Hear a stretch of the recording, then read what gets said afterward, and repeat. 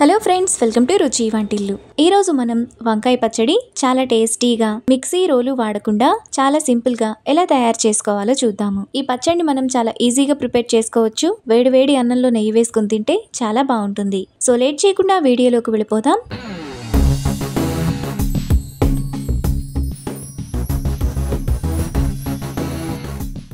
ముందుగా ఈ పచ్చడి చేసుకోవడానికి స్టవ్ మీద ప్యాన్ పెట్టుకొని అందులో 1/2 టేబుల్ స్పూన్ ఆయిల్ వేసుకోవాలి. ఆయిల్ వేడైన తర్వాత 10 ఎండుమిరపకాయలు, ఒక రెమ్మ కరివేపాకు వేసుకొని ఎండుమిరపకాయలను మాడిపోకుండా మీడియం ఫ్లేమ్లో ఫ్రై చేసుకోవాలి. ఎండుమిరపకాయలు ఈ విధంగా వేగిన తర్వాత వాటిని ఒక ప్లేట్లోకి తీసుకొని పక్కన పెట్టుకోవాలి. ఇప్పుడు అదే ప్యాన్లో చిన్న చిన్న ముక్కలుగా కట్ చేసుకున్న 1/2 కిలో వంకాయ ముక్కలను వేసుకొని 2 నిమిషాల పాటు మీడియం ఫ్లేమ్లో ఫ్రై చేసుకోవాలి. ముందుగానే వంకాయ ముక్కల్ని కట్ చేసుకున్నట్లయితే ఉప్పు నీళ్ళల్లో వేసుకొని ఉంచాలి. 2 నిమిషాల తర్వాత వంకాయ ముక్కలు ఈ విధంగా కొద్దిగా వేగుతాయి. ఇప్పుడు మూత పెట్టుకొని మధ్య మధ్యలో కలుపుతూ వంకాయలను బాగా మెత్తగా మగ్గనివ్వాలి. వంకాయ ముక్కలు ఈ విధంగా బాగా మగ్గిపోయిన తర్వాత ఒకసారి కలుపుకొని స్టవ్ ఆఫ్ చేసి చల్లారనివ్వాలి. వంకాయ ముక్కలు చల్లారిన తర్వాత అదే ప్యాన్లో ఒక పక్కకు జరుపుకొని ముందుగా మనం ఫ్రై చేసుకున్న ఎండుమిరపకాయలు, టేస్ట్కి తగినంత ఉప్పు వేసుకొని చేత్తో మెత్తగా నలుపుకోవాలి.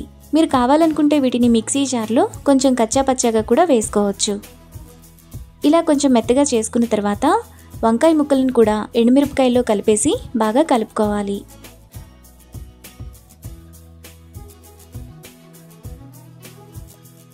ఇలా కలుపుకున్న తర్వాత చిన్న నిమ్మకాయ సైజు ఇంత చింతపండు రసం వేసుకొని కలుపుకోవాలి.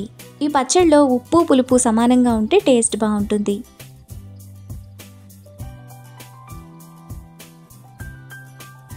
ఇలా కలుపుకున్న తర్వాత సన్నగా తరిగిన ఒక ఉల్లిపాయ, తరిగిన కొత్తిమీర కొద్దిగా వేసుకొని కలుపుకోవాలి. ఈ పచ్చడి మనకు 2 రోజుల పాటు నిల్వ ఉంటుంది.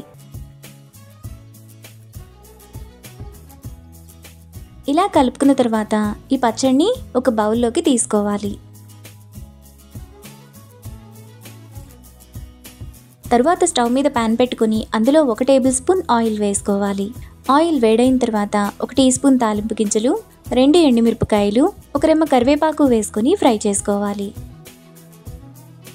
తాలింపు వేగిన తర్వాత పచ్చడిలో వేసుకొని కలుపుకోవాలి. ఈ పచ్చడి మనకి అన్నంలోకి ఇంకా దోశల్లోకి చాలా బాగుంటుంది. మనకు చాలా టేస్టీగా సింపుల్గా వంకాయ పచ్చడి రెడీ అయిపోయింది. ఇప్పుడు ఈ పచ్చడిని వేడివేడి అన్నంలో నెయ్యి వేసుకొని తింటే ఎంతో టేస్టీగా ఉండే వంకాయ పచ్చడి రెడీ. ఈ రెసిపీని మీరు కూడా ట్రై చేసి మీకు టేస్ట్ ఎలా కుదిరిందో నాకు కామెంట్స్లో షేర్ చేయండి. ఈ వీడియో కనుక మీకు నచ్చినట్లయితే లైక్ చేసి, షేర్ చేసి, సబ్స్క్రైబ్ చేయండి.